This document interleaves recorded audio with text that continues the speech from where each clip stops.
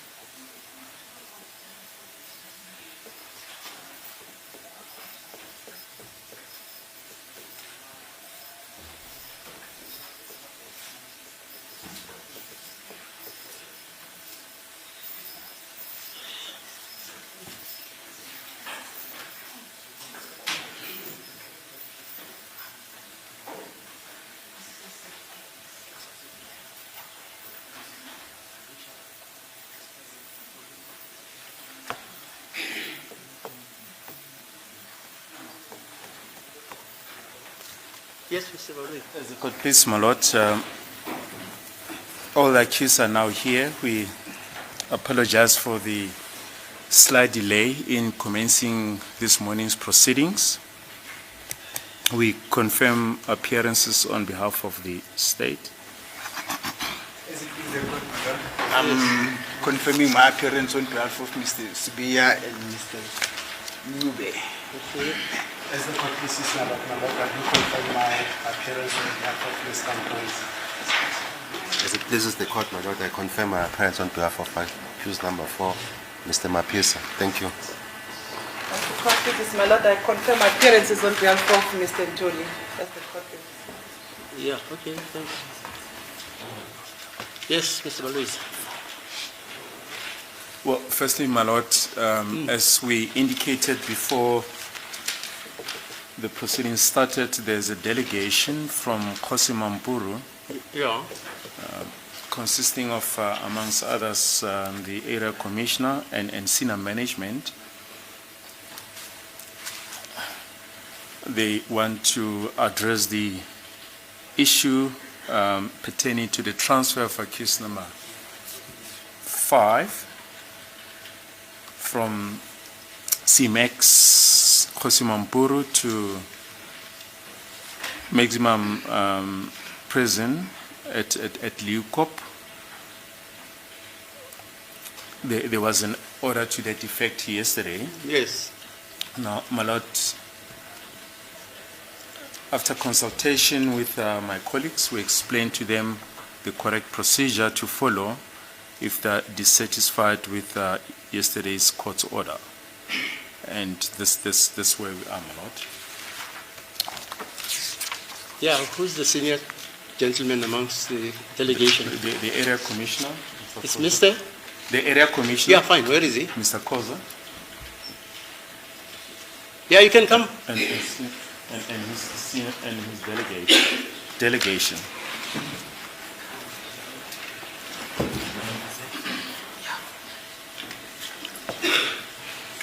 Yeah, you don't have to get into the box because it's got nothing to do with it.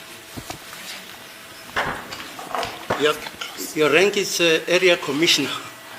My rank is deputy commissioner. Deputy? Deputy Commissioner. commissioner, and my post is the area commissioner of Khosi Mampuru Okay. Settlement. You were not here yesterday, no? I was not here. It was Mr. Letlake, Mr. Kabengu. Tobengulu, and the other gentleman. There were two. Who was the other gentleman, Letlake or Letlate? Leka was not here. Oh, it's just maybe Matala. Okay, Matalano came. Yeah, let me tell you what happened. You saw today. You just saw today the court started at what time? I saw, I witnessed that. You witnessed it. Yes, I think as well, I was already in court by that time. Yeah. Mr. Letta called me around 10 to 10, saying to me that he needs a clarity from me whether he should release offender Ntuli to Locop or to court. Then I said to him, wait for a moment that because I'm assigned to come to court to can able to see if we cannot able to maintain the status quo. So he had to revert back to the administration process because he already released him to Locop, which is the wrong process. So I think that might have been the contributing factor. Yeah, fine. We apologize for that. No problem. My Lord. And yesterday I explicitly stated in court, open court, that I don't have the authority to regulate your area. I don't have it. But my job is to see to it that this case starts on time. You can ask Mr. Baloyi and anybody here. I've never ever been late coming to this court in the 2.5 years. Accused number one will either not be here 2 or 3 or whatever. Okay? So I was surprised that Mr. Ntuli was not in court. And then the Monday, Mr. Sibiya was not in court on time. I don't know if you know about that. I'm well aware, my Lord, about all those delays. And I had personally intervened in order to unblock the blockages. On Monday, it was about the shackles. Yeah. I was called and I said, I'm prepared that we compromise the security for the sake of progress, which I did. I didn't have a problem. So even yesterday, after I heard that the judge has provided the order that he goes to Locop, I also was willing to make peace with that. But after realizing about the testimony that was provided, which was full of lies, which is not true, from Mr. Ntuli, and the pressure from also my principals, we reverted to the fact that we should be able to come and plead to the judge that we should look at the matter differently, so if possible, because we feel that Mr. Ntuli was afforded the opportunity to present false information to the judge, and also Mr. Gqebengu was not in a better position to respond to other questions which were asked to him, which I personally view them as unfair, because Mr. Gqebengu was the receiving person after the event of the finding of the cell phone. So obviously for him to appear as if he doesn't know the facts, the person that knows the facts appropriately is Mr. Matlala and his team at Maximum. So, and also we felt that we should able to, we feel this empowered, my Lord, that if we put measures, and in my case as the area commissioner, everyone that is giving the whole country a problem is brought to Koshimamburu. We're trying our level best to come up with interventions. And once we receive orders that are disempowering us, we're feeling restless and not empowered. So that is the reason why we thought we should able come and plead with my Lord that we should look at this matter the other way around. And one of the instructions that I got from my principals is that if is not given, we are avoiding to delay, because we are aware that the judge yesterday was avoiding that we follow the legal procedure in them applying for that will cause this court to adjourn. Now, for the mere fact that there's an order, we are also forced to apply to appeal that order, which will also cause this court a delay. So that is also what we are concerned, and we are very sensitive about all these things, and we want also to apologize to all these shenanigans that has taken place, and we commit ourselves to making sure that there's a smooth running of this court. And I have taken a personal responsibility as the area commissioner at my level as a deputy commissioner to go down and do my best.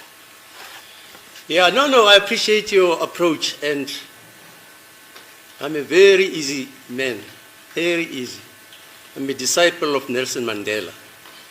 He solved intractable issues for this country by just talking like we are doing. I can tell you, in this court, there was a fight here. Do you know about that? I know about Yeah, that. I mean, there was a fight. People, and I don't want to talk too much because people think Ngazi too much. But there was a fight here between your staff and the gentleman in front of you. And I intervened also by saying, I don't want to listen to your version and their version because I'm presiding in a criminal case. And I won't make a finding about what you say and what they say, because they will run to the Constitutional Court that that judge is biased. He's already found that my client is wrong, is right. Are you with me? So I just listened and said, it appears there is a problem. And there is a problem. Even today, people came late. Even today, even yesterday, even day before yesterday. It happens every other time. So I actually yesterday preempted people not to understand that I am deciding that A is right or A or B is wrong. I actually made it clear that I don't have authority to make this order. But because this court has inherent jurisdiction, when a judge makes an order today to say the matter will proceed tomorrow, it means it's an order to say at 10 o'clock tomorrow, the matter must start. Although I know our people don't take it like that. They think, it's an order to say tomorrow the case must start at 10. I get surprised. I come here and I drive every day from Melder's Rift. I come here, some councils don't come on time. They come with excuses, fine, I understand. But this is the background, and I am only interested that the case should start on time. That's all. We are well aware of that, Judge. That is why we don't want also to be contributing to the delays. And I was very precipitate to say that I mustn't take a man who is classified to go into the juvenile section of the prison and take him to the maximum. I even asked your staff there, maximum and Mampuru, do they have the same status? And I was told that is correct. Are you with me? I'm missing, my lord, I wanted to know the status of the gentleman. Is he classified in what status? It's what? maximum. For maximum. Yes. And then Leopold is at maximum. We look up, they have a maximum. In Koshi Mamburu, I have a maximum. That is where he was found with the cell phone. No, fine. Yes. So that's all I was concerned with, to say I mustn't disrupt your operations. It must also be at maximum. But if you can give me the assurance that he'll be here every time at 9, 9:30 or whatever, 10 o'clock we start, that's all I'm interested in. That's all. My lord, I put my head on the block. I will ensure that they are here before 10 o'clock. I don't have jurisdiction to enter into what happens in your prison. Whether who steals what. It's out of my jurisdiction. My presence here, my lord, demonstrates that the matter has been escalated at the high level. So I had abandoned important meetings. I saw them as not a priority. We saw this as a priority, and we are going to see to it that they are here before time. You want your client to say something? As the court please. And I don't want to hear who is right and who is wrong. All I'm interested in is the court must start on time. The JP, even the Chief Justice, they're on my back because they've never seen a case take so long. Never. I've been 55 years as an attorney and as an acting judge and a judge. This is the first experience I've had. 55 years. I was admitted in 1974. I've acted for about 15 years before I got appointed. I've never seen such a thing. You come to court, you sit, the accused are not here. You come as and when. So I don't know what's happening. All I say, can you guys bring them on time? I'm not fighting anybody. My Lord, I'm we not will. disrespecting anybody. Yesterday I made it clear that I'm not undermining your authority. You may have told. I had the judge on media as well. Yeah, I'm not undermining anybody. All I'm interested in, let's start on time. So, don't you make a comment? Ma'am? Yes, my lord. Through your client. I wanted to respond, my lord. Thank you, my lord. My lord, I agree with his lordship to say he's not allowed to entertain the issues on both sides, whether this one is correct or whether this one is right. As the court has stated the reasons yesterday of which resulted to the court order, to say for the sake of progress in this matter, the court is going to make the order that is going to ensure that the trial is run and is finalized speedily as it is supposed to be, and the delay is affecting the constitutional rights of the accused to have an expedited trial. My lord, I submit with due respect that the court order has been granted, and my lord, it cannot be rescinded. Who says that? Who says that? You haven't heard of an order being recalled? Yes, my lord, I'm Okay, making fine. my submissions. I've noted the submissions and the undertaking made by the area commissioner, Mr. Khoza, my lord. However, it is not going to resolve the problem that we're sitting with, because there are I don't disputes know about between. that. Let me tell you, I'm speaking in open court and I'm talking to the highest authority in the correctional services, and I'm speaking to your client here. I don't want to get into the argument about who stole a piece of bread and what have you. And this order, I can recall it if I'm given the satisfaction and the inclination and the official order that the accused here, they will come on time. That's all. And I even told your client yesterday, even yourself, if he wants to bring an application on urgency to do whatever, to interdict whoever or to stop whatever, that is his constitutional right. All I said is, but it mustn't be brought within the perimeters of the time of this court. This court starts at 10 and it ends at 3:30. You can bring an order outside the perimeters of that time, no problem. Not depriving your client for approaching the court. Okay? I understand, my Yeah. lord. However, my lord, I'm also appealing with this honorable court, my lord, because there is a fight between the two, the department and the inmate, my lord, to say, whilst that has not been resolved, my lord, it is my request before this honorable court that the court order be not recalled in order to afford the accused an opportunity to be able to understand the proceedings, to be able to concentrate throughout the proceedings without being exposed to the situation that is disturbing the criminal proceedings that he is currently attending. It is my respectful submission, my lord, and we are towards the end of the state case, now approaching the defense case, wherein we need Mr. Ntoli's full concentration towards his case, my lord. I submit, my lord, that at this stage the interference has got negative impact towards Mr. Ntoli's concentration in attending these criminal proceedings, my lord. That's my respectful submission.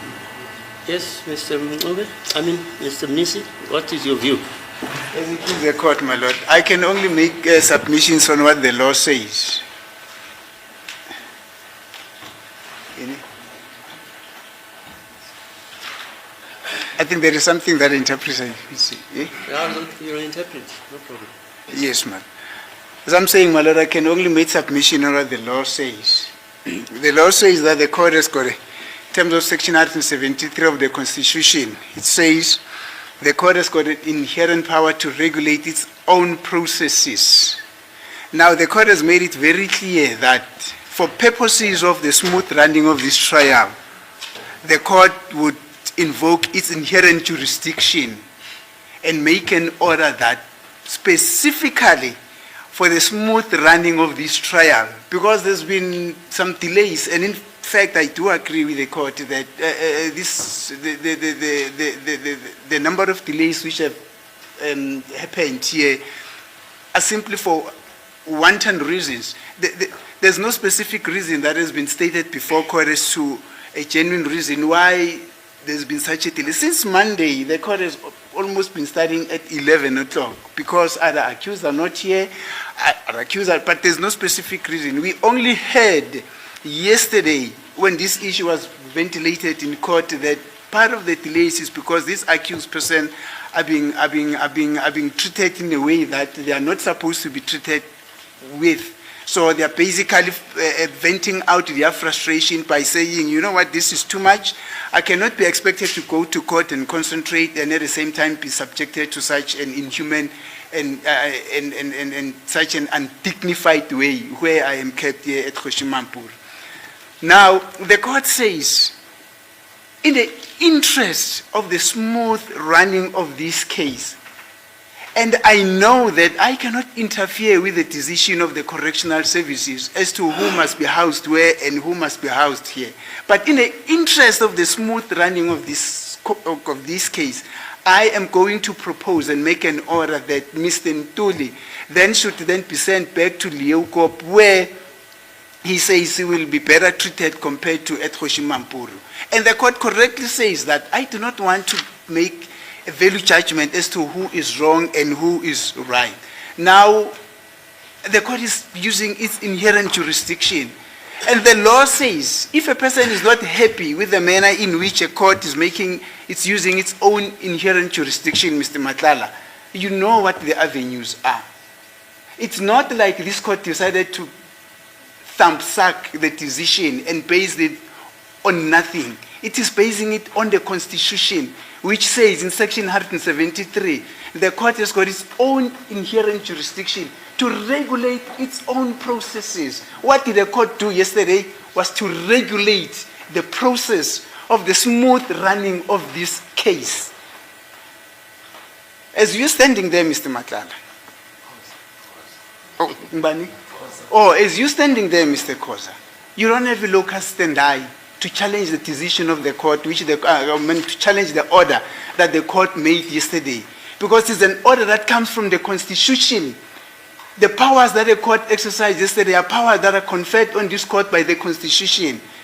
If you are not happy with the decision that the court has made yesterday, you cannot come here in person and say, but we're not happy with the decision of the court, so we therefore want this decision to be changed. You know what process should be followed. You don't have locus standi, locus standi, what do they call it now? Yes.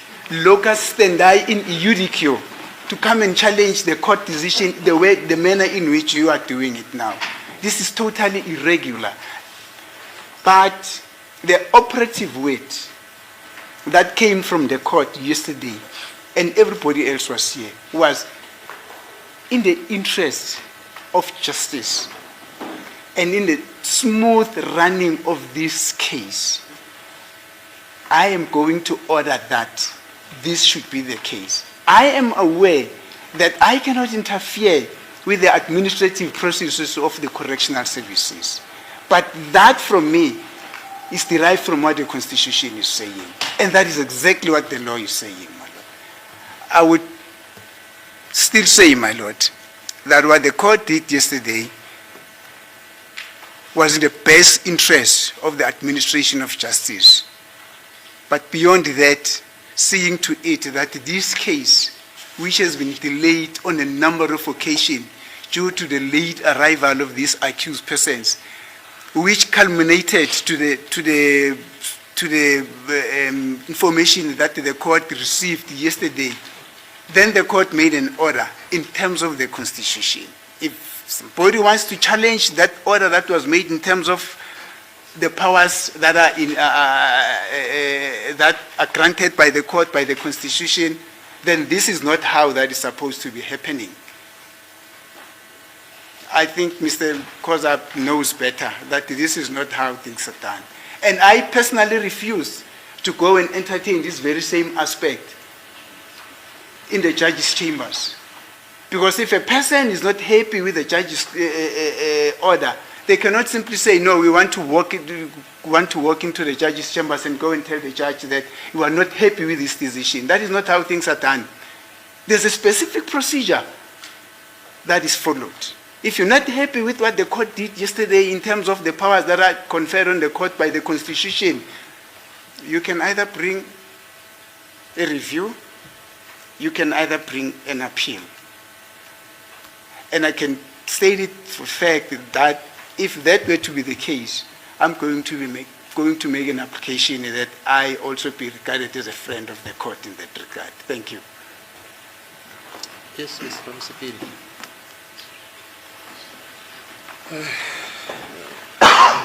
As the court pleases, my lord.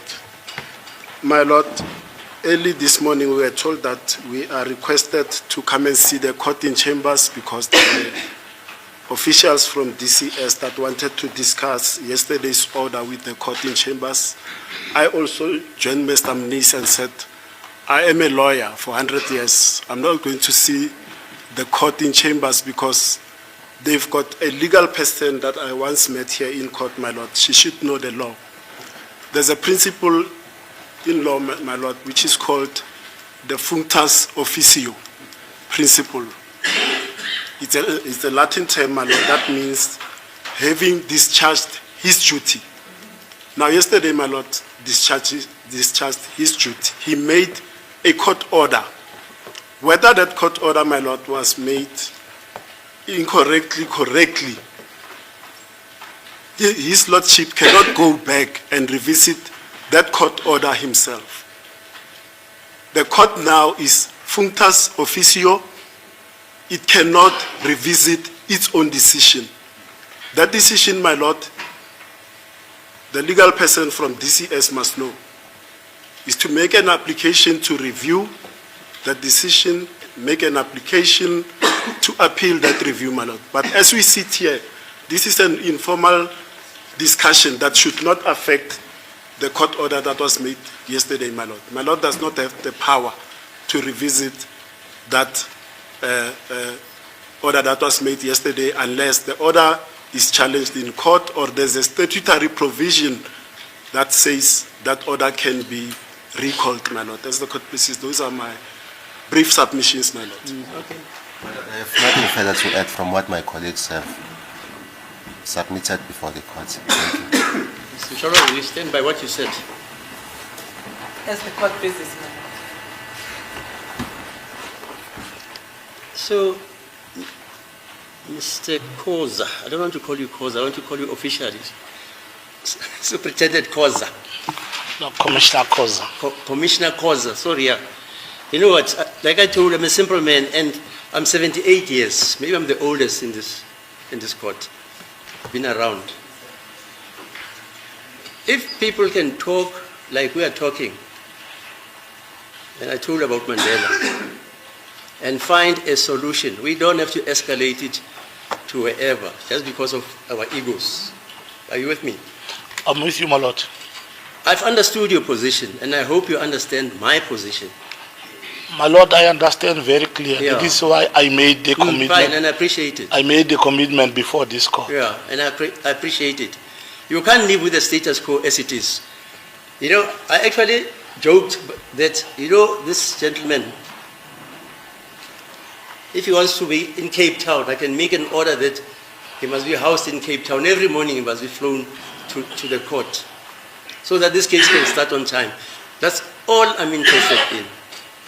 So if you can accommodate him to come here on time, that will be the end of the matter. My Lord, I Because will- there is a dispute, and I don't want to know about the dispute. There is a dispute. If a person who's being ordered by a judge to come to court refuses to go to court, what should that judge do? I'm still making a commitment, my Lord, that coming to court will not be a problem. I will see to it that it is executed and they will be here before time. And I want also to indicate that it is, inferences are made that there's a fight between the Department of Correctional Services and an inmate or offender. There's no such. The only problem is that we are also trying to help the court that these issues that were raised on Monday and the issues that are raised today should not affect the progress of the court. And we are going to see to it that it is happening like that, and we are well aware. And there is other things that are said by Mr. Munisi. I will not able to go there. I just want us to be given that indulgence. And we are going to do our work, and I'm going to see to it that it is done appropriately and to the best.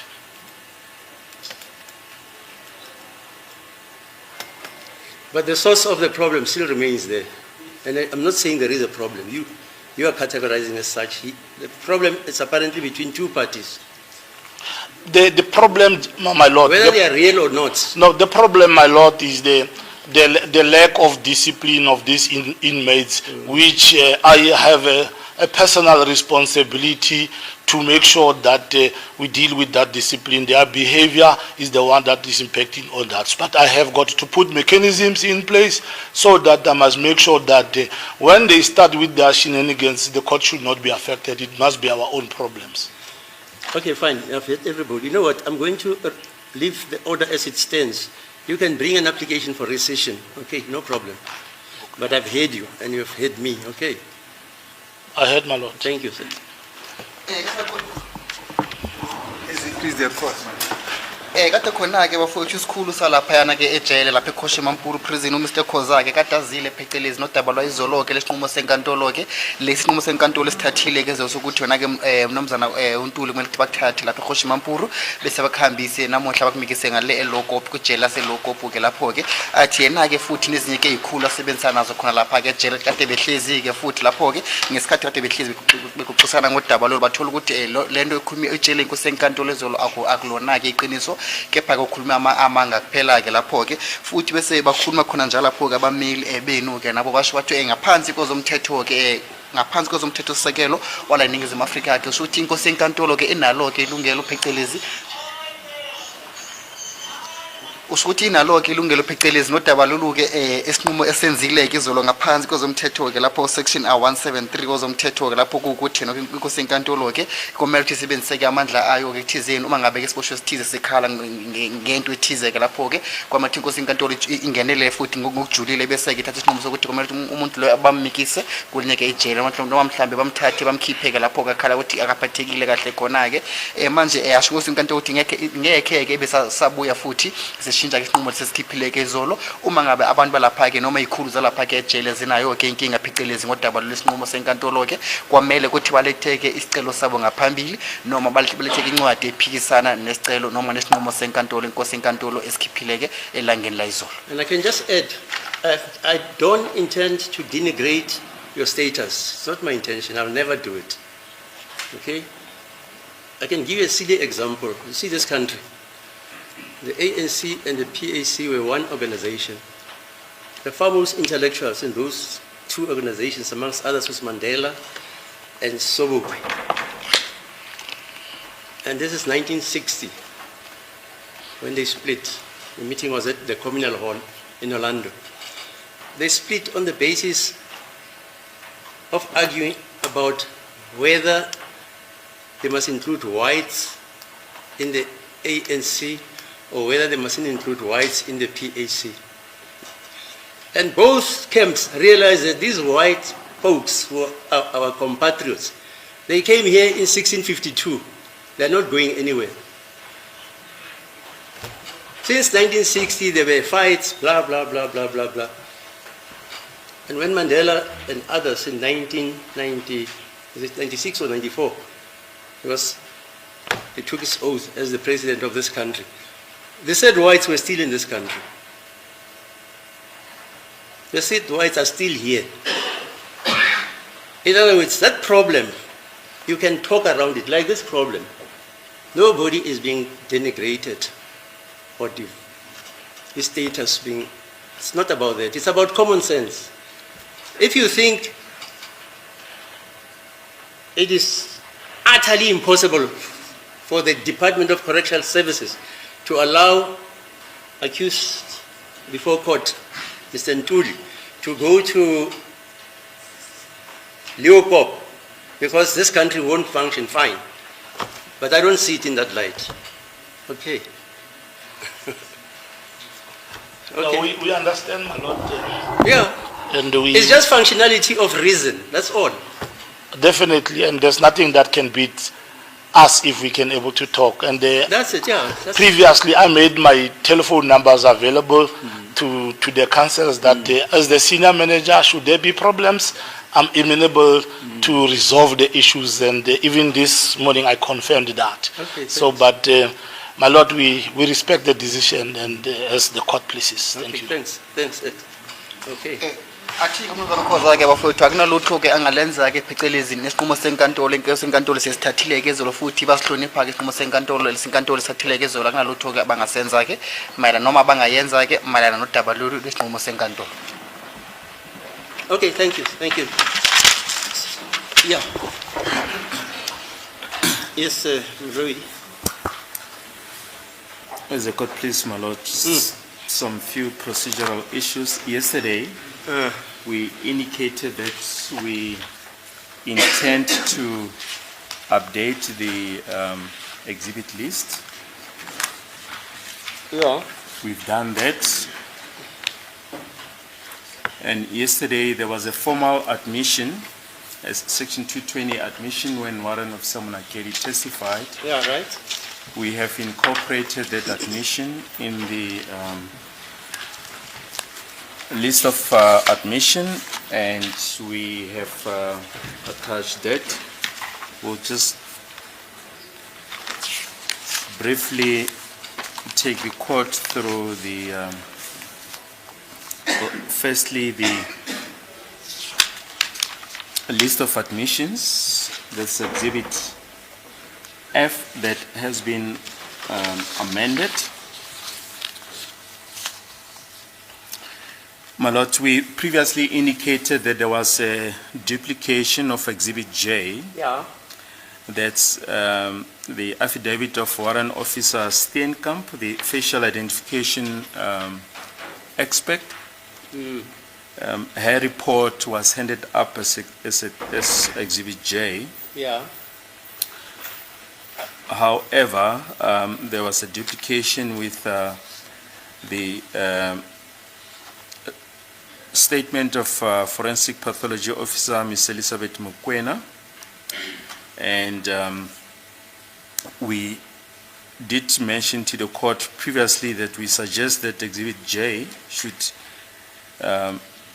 remain as it is, referring to the report of Warrant Officer Amanda Steenkamp, the facial identification expert, Okay. that since little or hardly any reference has been made to the statement of the Forensic Pathology Officer Mokoena, that her affidavit should be renamed Exhibit K. Okay. And we also suggested that paragraph 5 of the admissions which I've just handed up should be amended accordingly and referred to Exhibit K. I did send on the 26th of March 2025 an email to my colleagues drawing their attention to this duplication, and we also mentioned that fact in court. I haven't had any My colleagues undertook to look into that. I suppose during the course of the day today, they'll just indicate what their standpoint is. Then paragraph 13 of the amended list of exhibits refers to the photo album of Warrant Officer Munakedi, and I'll just quickly read it as it is.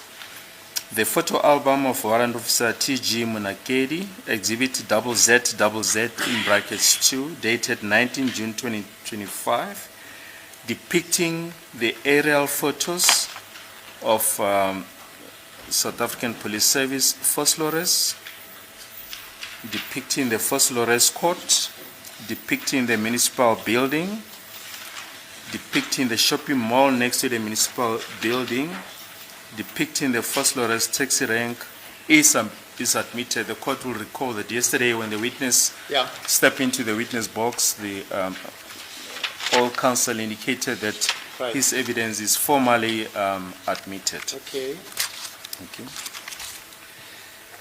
Then, just to come back to the updated list of exhibits, we'll start on page 6. In fact, page 5, I'm sorry. On page 5, Yeah. paragraph 38, it's exhibit V in bracket 3.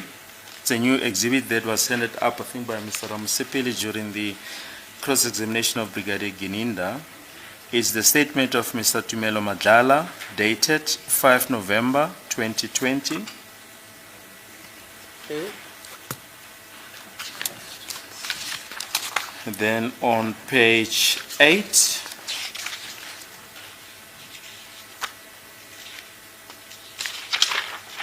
paragraph 76, exhibit, what has been included, exhibit is reference to exhibit DD4 in brackets A. It's a photo of downloads of accused number 2, placed side by side with the identikit, exhibit BB. Okay.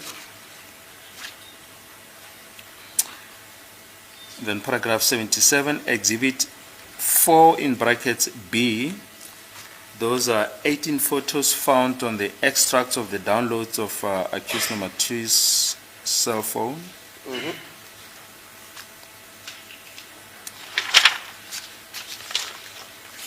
Then page 16. 16. Yes, 16. Okay. 16, paragraph 148.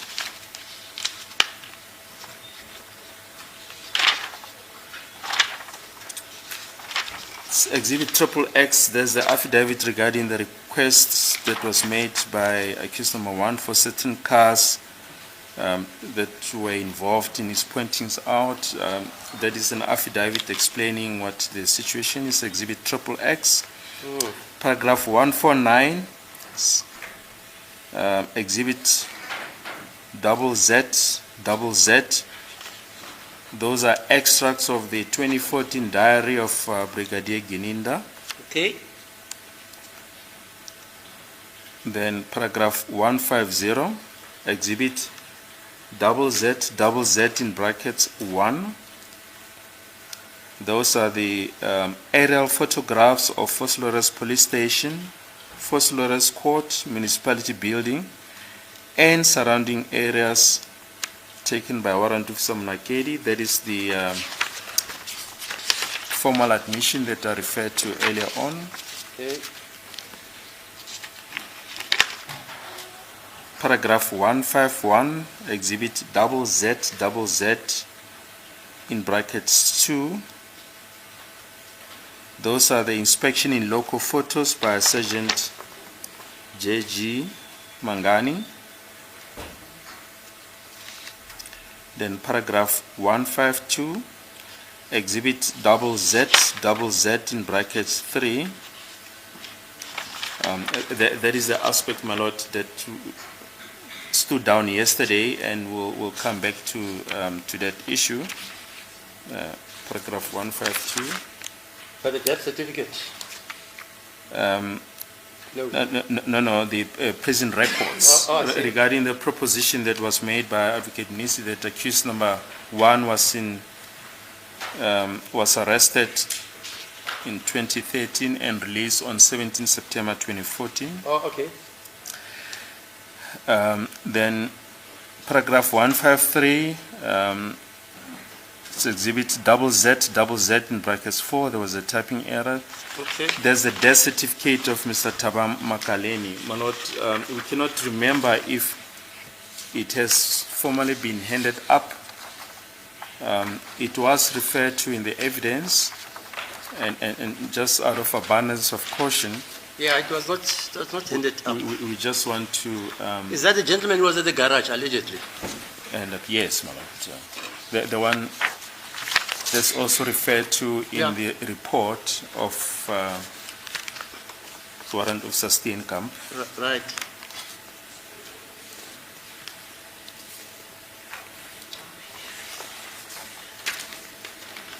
Just as a matter of interest, this gentleman, is the inquest over? Was the inquest held? If you don't know, you don't know. Of Makaleng. I see here they say cause of death. They say it's under investigation. Yes. Well, Okay. Sorry, my lord, can I ask for the copy of this certificate that has been handed to the court?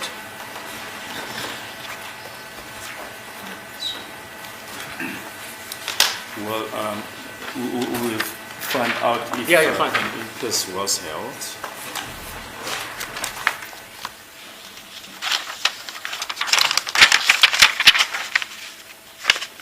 Then, as far as the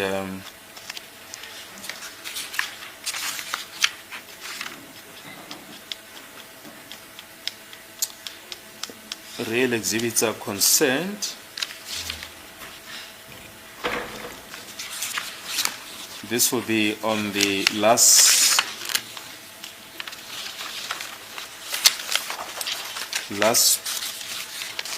page, page 22. 22. Yes. Yeah, Page okay. 22.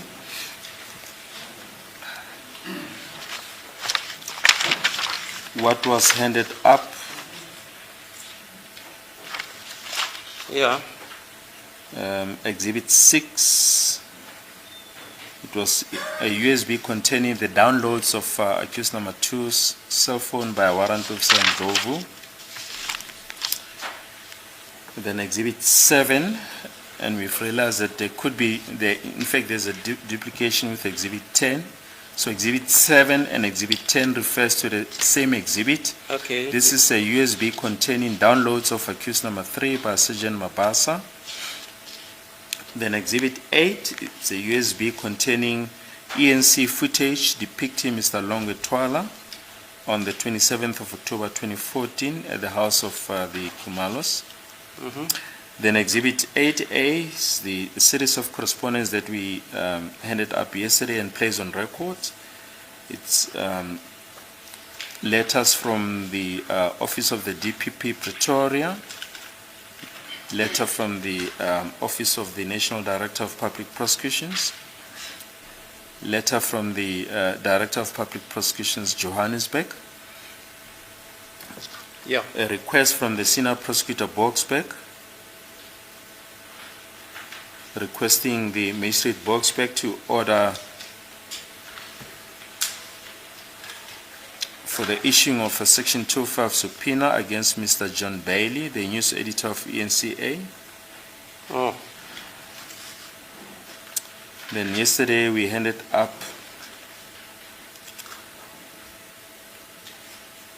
Exhibit 9. It's a USB containing Section 205 of all the accused except accused number 5, incorporating exhibits DD5D up to G of Ms. Kelly Kumalo Longwe and the RICA information. As we mentioned yesterday, it's basically all the information that Ms. Pinky Fratelligam testified on. Okay.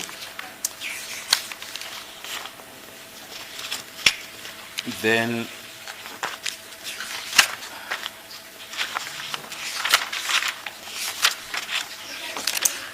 There's a paragraph that should refer to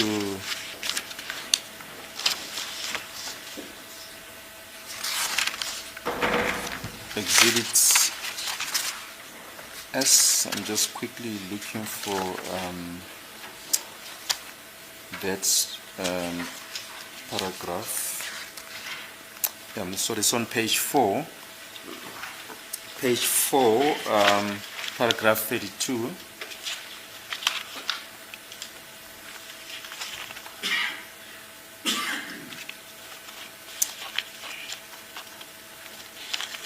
Yes. Exhibit S, there's the affidavit of Surgeon Moses Mabasa dated 17 August 2020, consisting of annexures A to C.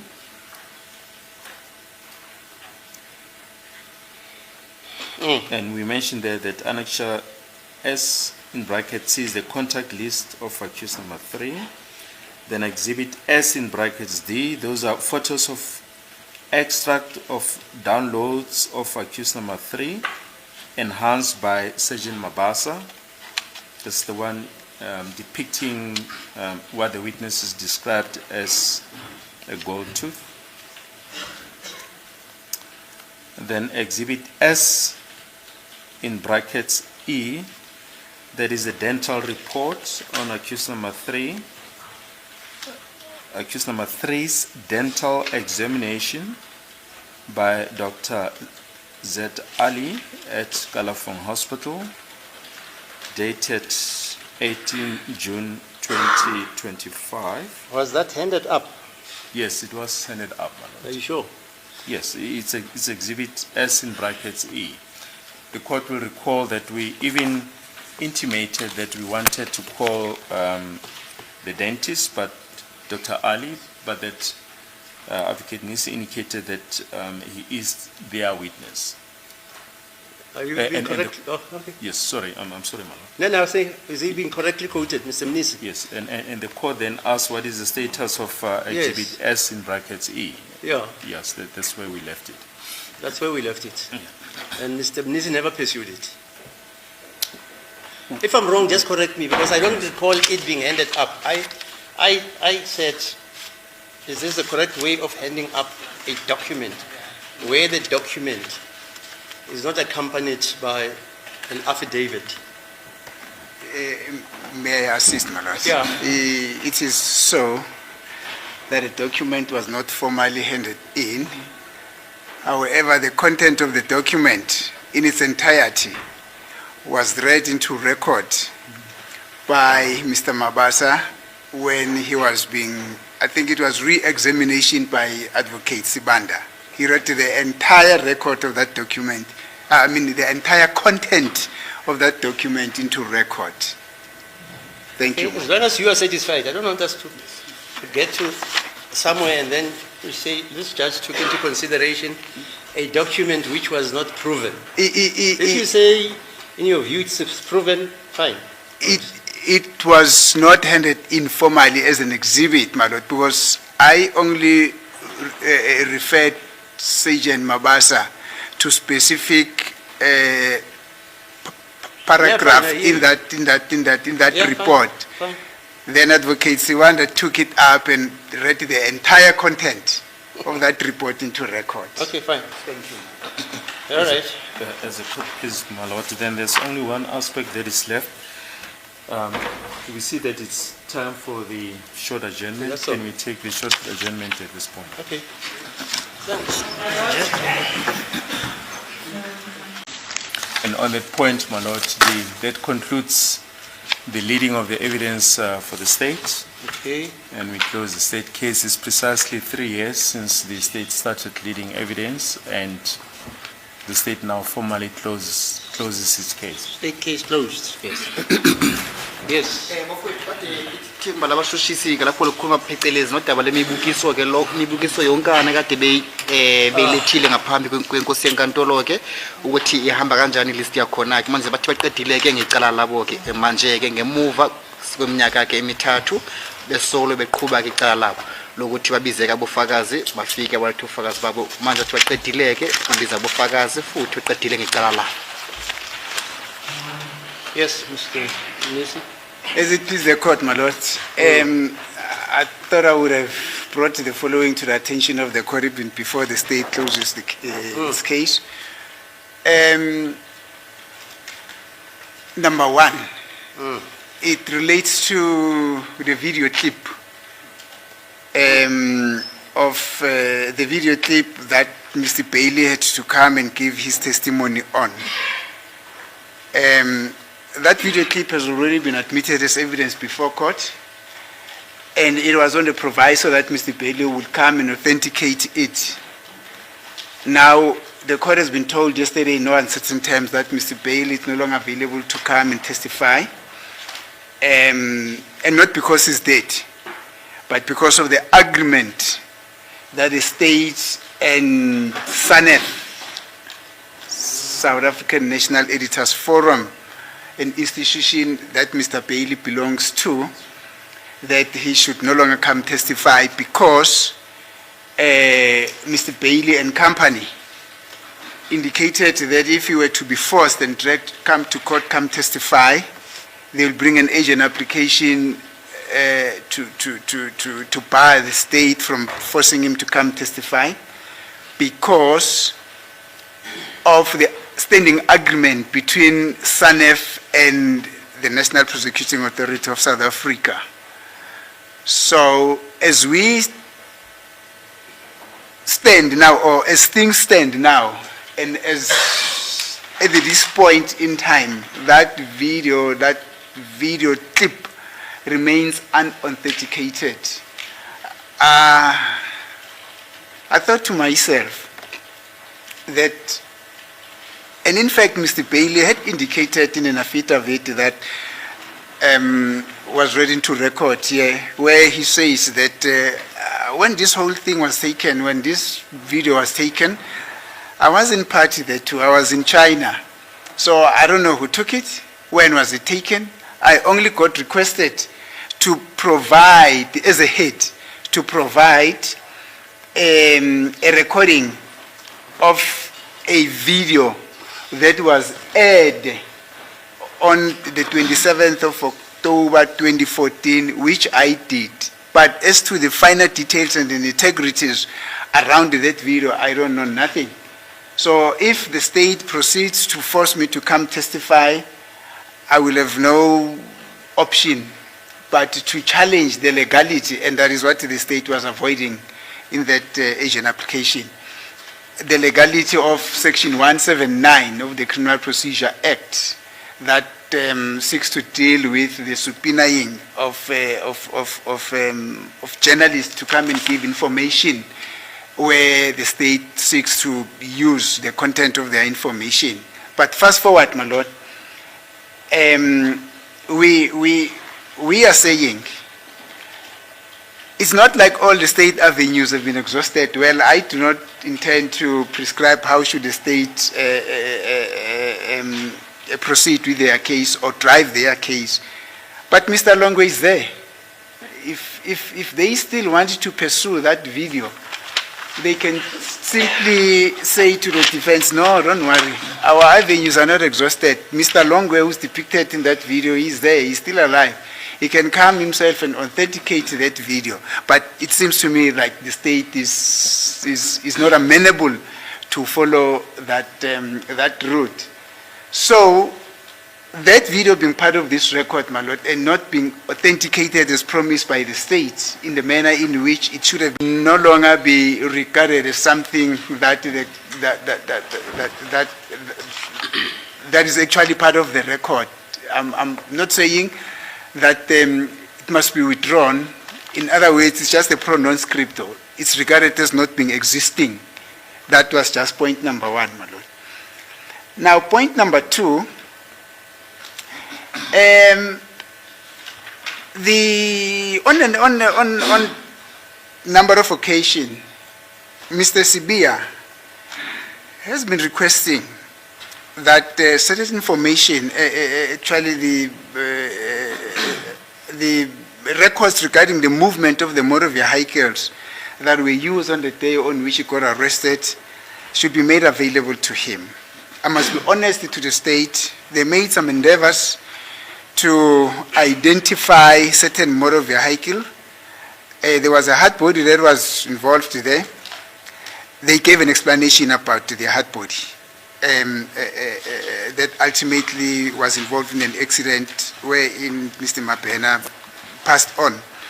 There was a Golf 7. There was also an explanation regarding or around that Golf 7 that it was not fitted with an AVL gadget. There was a hatchback. I think there was also a BMW that was driven by Mr. Buthelezi from Ekurhuleni Metropolis. There was an explanation from Ekurhuleni Police that motor vehicles from Ekurhuleni Police were not fitted then with AVL records. Much against what there's a gentleman used to sit there.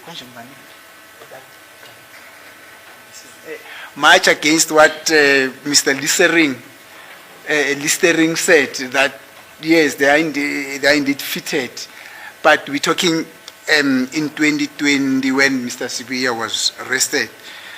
But that's an affidavit that we received from Ekurhuleni Metropolis to the effect that their motor vehicles are not fitted with AVL gadgets. Now, Mr. Sibiya keeps on hammering on a Qashqai, a silver Qashqai motor vehicle, and he consistently maintained that it was driven by Mr. Ngamani. Ngamani, I think it's a term of Mr. Masego, but he says they used to call him Ngamani, even the investigating team itself referred to him as Ngamani. We have got no explanation on the request relating to this Qashqai motor vehicle, my lord. And there is also a Ford Ranger that was allegedly also involved when he got arrested. And it was driven by a gentleman known as Bongani Yende. We haven't got an explanation on whether or not we ultimately received the AVL records relating to these motor vehicles, my lord. May I again confirm with Mr. Sibiya if there's something that I'm missing, my lord, so that I also place it on record, my lord. Thank you.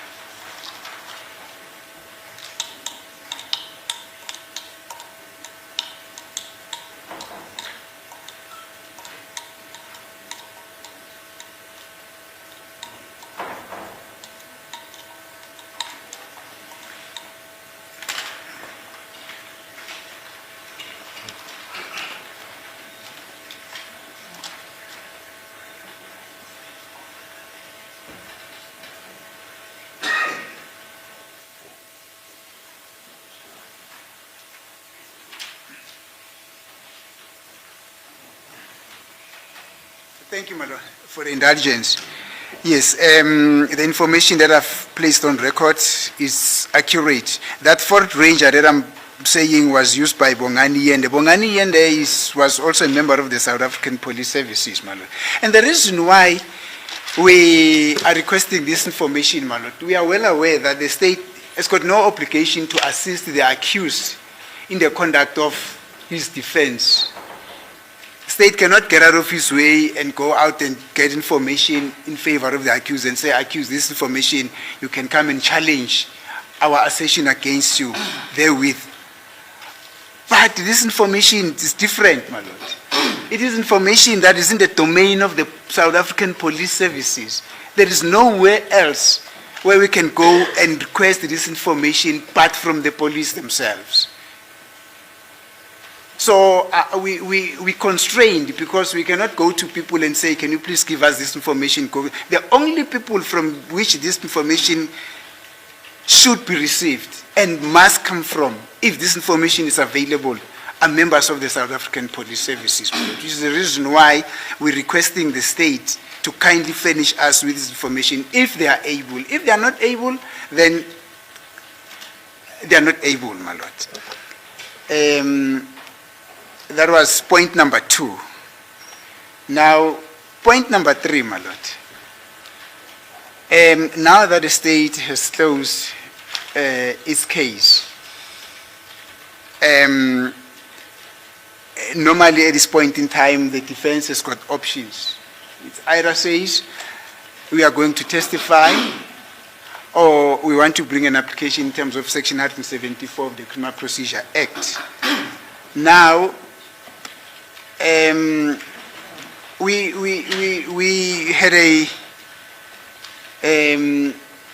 had a, when I say we, I'm speaking on behalf of accused number 1 and 3. We spoke to the Legal Aid South Africa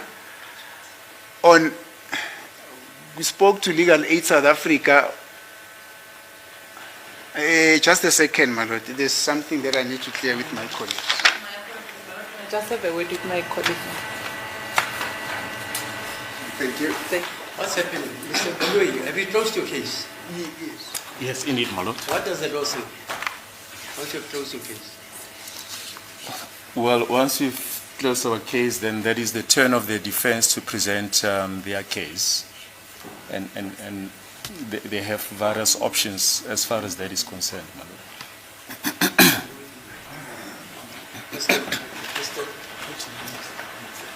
Thank you for the indulgence, my lord. I'm requested by my colleague that we should give the state an opportunity to respond to the issue relating to the video, whether they are still pursuing it or what, my lord. Thank you. Yes. Well, as the court pleases, my lord,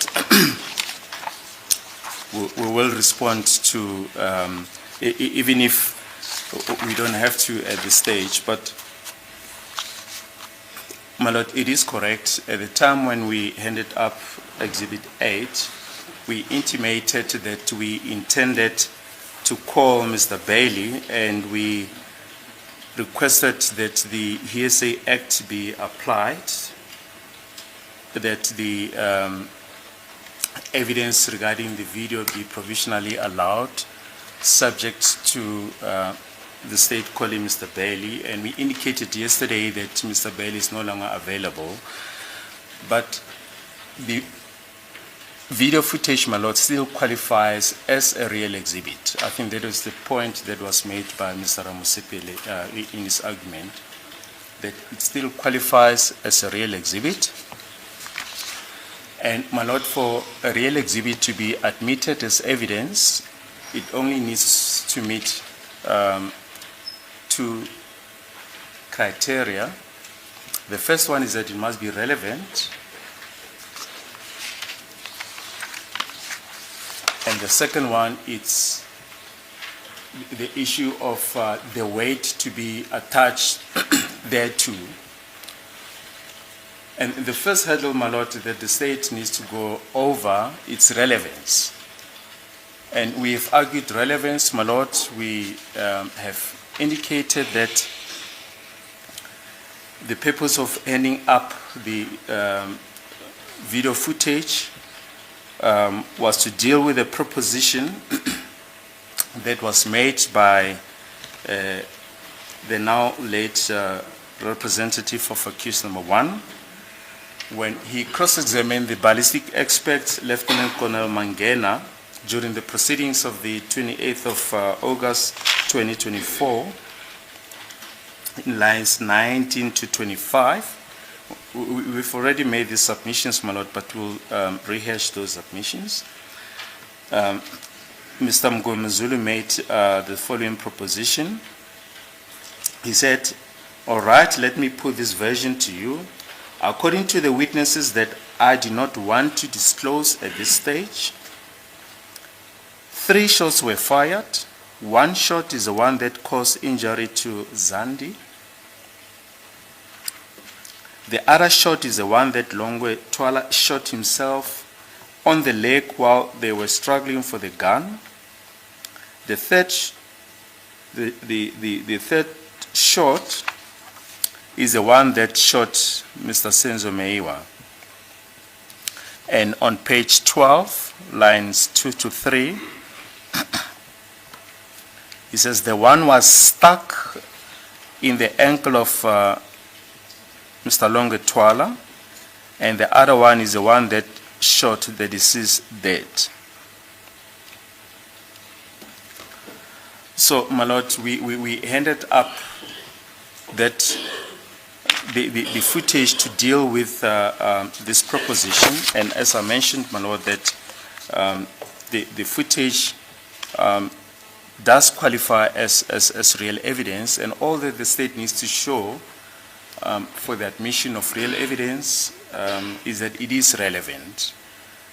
The other inquiry that I mentioned is the weight to be attached to the real exhibit, and that is the issue that will be argued at the end of the case as we demonstrated. So the only hurdle that we had to go over at this stage is to show relevance, and we have shown how this video footage is relevant. As to the weight to be attached there to, it's what will be argued at the end of the case.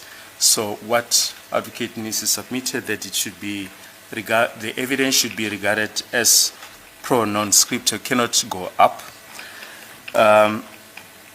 The video clip, as I said, my lord, qualifies as real evidence. The investigating officer has testified, Brigadier Gidinda. He has identified the person that is depicted thereon as Mr. Longwe Twala. What was now left was the state to show the origin of that video footage, and yesterday, my lord, we were at pains to show a series of correspondence that related to the Section 205 application for the video footage, pursuant to which, my lord, the video footage was then handed up to the state, and the court will recall that from the correspondence, it was clearly stated that the information that is requested is video footage that pertains to the events on the 27th of October 2014 at the house of the Kumalos, and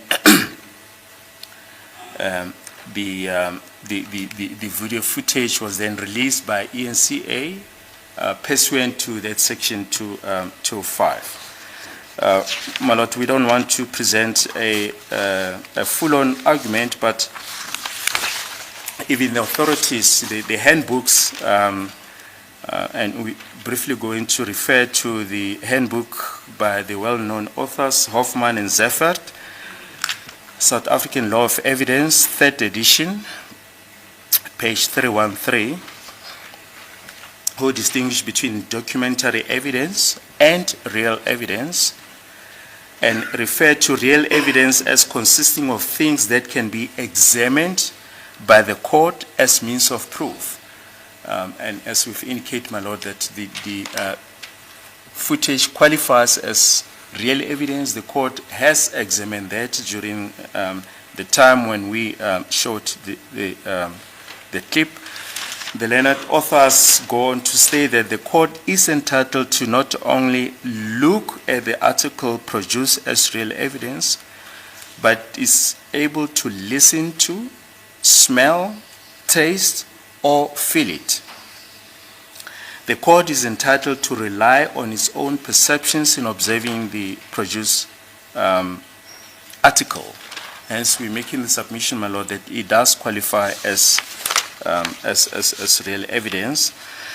My lord, as far back as 1996, in the case of State versus Mpumlo and others, it's 1986, volume 3, SA 482 is the Eastern Cape Division decision at 487, paragraph C to D. The court held as follows: a videotape, motion picture, or photograph may be authenticated or verified under oath by 1. The photographer or camera operator, B. A person present when evidence was recorded. Film or photograph, C. A person qualifies to state that the representation is accurate. We call to the investigating officer who testified that the person shown on the depicted on the video footage is Ms. Longetwala. And the third requirement is that an expert can also be called to testify about the operation of the equipment. For instance, automatic surveillance camera, who is called to authenticate a videotape, and the court held that the authentication goes to the weight to be attached, not admissibility.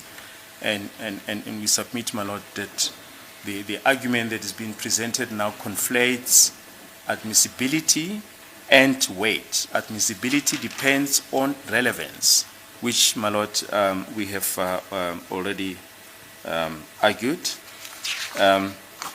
There were other cases as well, my lord. The well-known case of State versus Baleka that Mr. Ramusipili referred to. The 1986 volume 4 SA 1005 is the decision of the then Transvaal Provincial Division at 1026B, paragraphs B to C, where the court held as follows, and we quote: I deal with tape recordings as I would deal with any other type of real evidence. The test is whether it is relevant. It will be relevant if it has probative value. It will only have probative value if it's linked to the issues to be decided. My lord, we've already argued that this proposition has been made, and this video footage deals precisely with that. So we've made the submission, my lord, that it is relevant. It therefore passed muster for relevance. The only issue will then be admissibility that will be, weight. The weight to be attached thereto that will be determined at the at the end of the presentation of the evidence. And the court went on to hold that that the link will often have to be supplied by evidence of identification of voices on the tape, where the identity of the speaker is in issue. As we've already indicated, my lord, the investigating officer has already identified the person on the video clip. What was left was for the state to establish the origin, and that we submit, my lord, through the presentation of the various correspondence yesterday. We showed in our argument, how the state happened to be in possession of the video footage. These decisions were confirmed in the other case of Mutata vs. Naya, NO, and another. 2009, Volume 1, SACR 263, and is the decision of the Gauteng Provincial Division. So, my lord, in a nutshell, we are saying the video footage qualifies as real evidence, and all that the state has to prove is relevance. We've already argued, made the distinction between the facts that are used to prove the facts that are in issue, and the facts that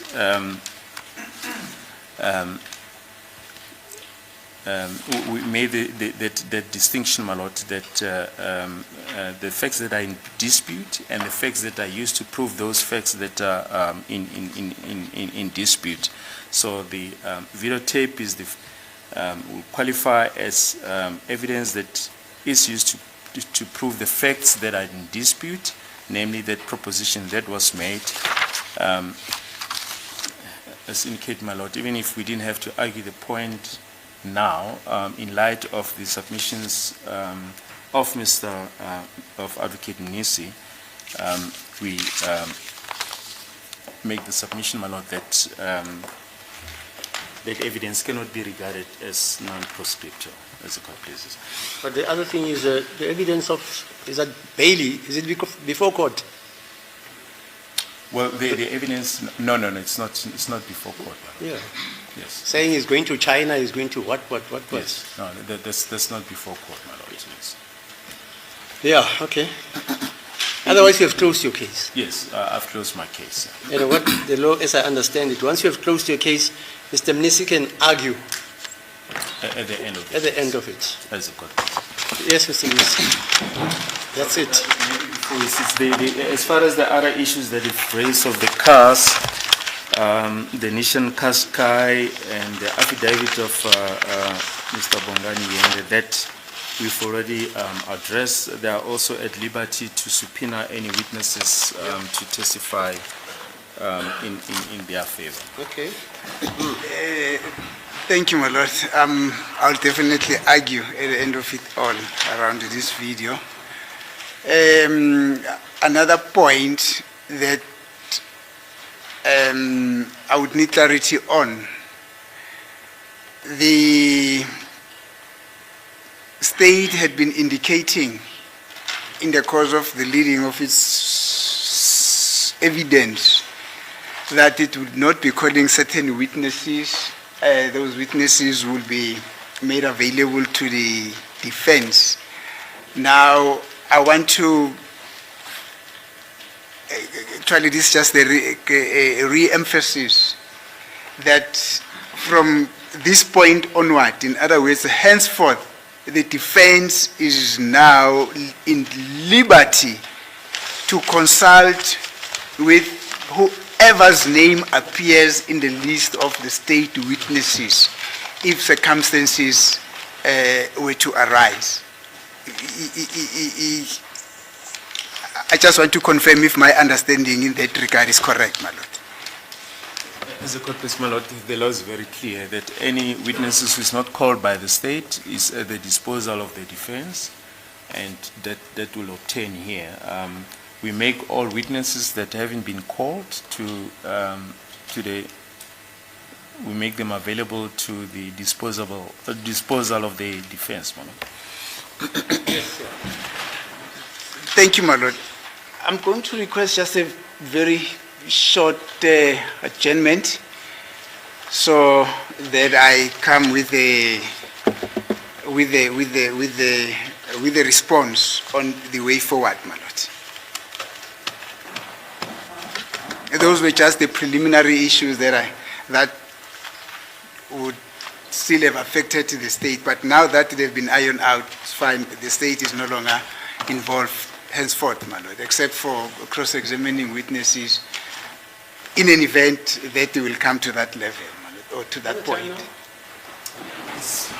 Hardly 1:30. So when should I come back? My lord, if I can... We can come back at 2. 2 o'clock. Yes. Okay, 2 o'clock then.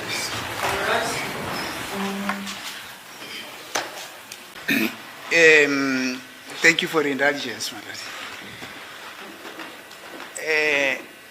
My lord, we've got instructions from our clients that we need to bring an application in terms of section 174. Which instructions we communicated to the financer of their defense, who is the Legal Aid South Africa. And Legal Aid South Africa then requested us to request an indulgence from the court to have the matter stood down for a week or two, whilst they would be busy working on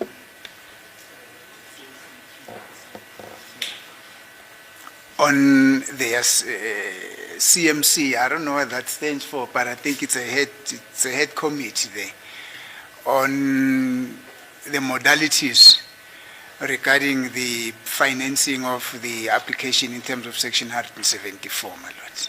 That's the position where we are now. Yeah.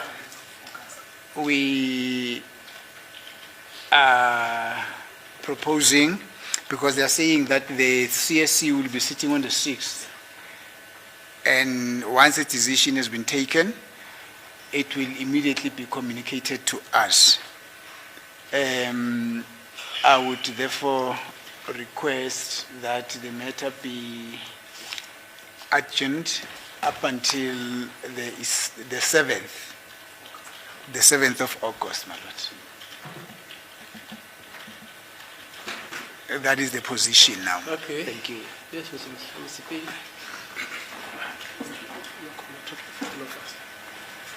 My lord, I do confirm what Advocate Munisi has just placed on record to say that the CMC of the Legal Aid Board will be meeting on the 6th and a decision communicated to us on that day. So the date of the 7th is in order, my lord, as the court pleases. Yes. Thank you, my lord. I confirm what has been said by my colleagues. Thank you. Yes. Thank you, my lord. I also confirm, my lord, that we are 7th of August. 7th of August, my lord, yes. Okay. Yes, Mr. Maluri. As a court, please, my lord, we assume that the 7th of August is a provisional date to decide whether or not to bring the application, if I understand my colleagues correctly. That is so, my lord. The provisional date. Yes. And my apologies for not having communicated the date. Actually, our apologies for not having communicated or suggesting the date of the 7th with the state, my lord. Okay. Thank you, my lord. Yeah. But in any event, that's a provisional date. As a court, please, my lord, that's in order. We don't have a problem with that. Mfowethu icaleni ke manje ke yaba ithimba labameli benu liyacela ukuthi icala lihlehliswe ke ngemuva kokuthi kade khona ke inkulumo phakathi kwethimba labameli benu ke futhi neofisi lapha kwa Legal Aid office laba abasebenza phansi kwalo ke ukuthi icala lihlehliswe lethesela ilanga lesikhombisa ke ngenyanga kaAugust ekuthizeni khona ke kwisinqumo esoqhamuka ke ngemuva komhlangano ozohlalwa ke lapho ngaphansi kwamahhovisi ase-Legal Aid bakhuluma khona ke ngodaba lomnotho ke ngaphansi komhlangano wathi yi-CSC ke loyo ke manje sibuya ngelanga lange-7 ngoba wathi sikhona ke isicelo bangafisa ukuthi basenze isicelo sokuthi saka 174 application sokuthi nidedelwe ke lecaleli noma amacala wonkana labantu osawona sebandedele niyazwa ke bafowethu. Okay. For those reasons, then the matter is remanded to the 7th of August, provisional date, as argued. Manje ke yasho ke inkosi enkantolo ukuthi ngemuva kwezathu ke lezi eqhamukile kubameli benu ke icala bahlehlisa ilanga lesikhombisa ke ngenyanga kaAugust ngehora laka-10 kusasa ke lenkantolo. Yeah. Thanks, yeah. Okay.